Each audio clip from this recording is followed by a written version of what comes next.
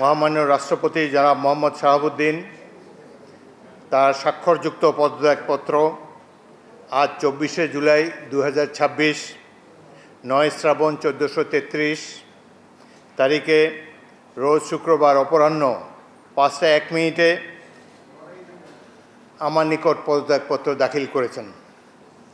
ফলশ্রুতিতে সংবিধানের 54 অনুচ্ছেদ অনুযায়ী আমি রাষ্ট্রপতির দায়িত্ব গ্রহণ করেছি।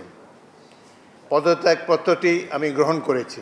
তিনি লিখিতভাবে জানিয়েছেন যে তিনি গুরুতর অসুস্থ, হৃদরোগ, উচ্চ রক্তচাপ, ডায়াবেটিস ও কিডনি জটিলতায় তিনি ভুগছেন। তার হৃদযন্ত্রে বাইপাস সার্জারি হয়েছে।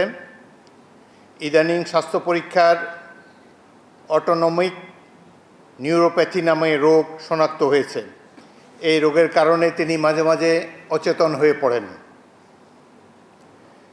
এসব রোগের প্রাদুর্ভাবে এবং শারীরিক ও মানসিক অসমর্থতার কারণে রাষ্ট্রপতির মতো গুরুত্বপূর্ণ সাংবিধানিক পদের দায়িত্ব পালন করা তার পক্ষে সম্ভব হচ্ছে না।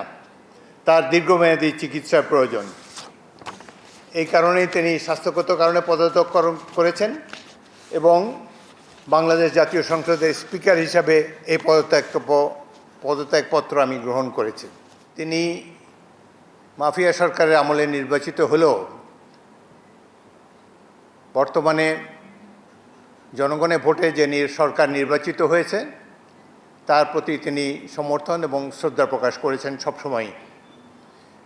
আমি তার মঙ্গল কামনা করি। আশা করি সকল ধরনের কনফিউশন এখন থেকে দূর হয়ে যাবে। গুরুতম সলেম অকেশন দেশের রাষ্ট্রপতি পদত্যাগ করেছেন। Let us do justice to him.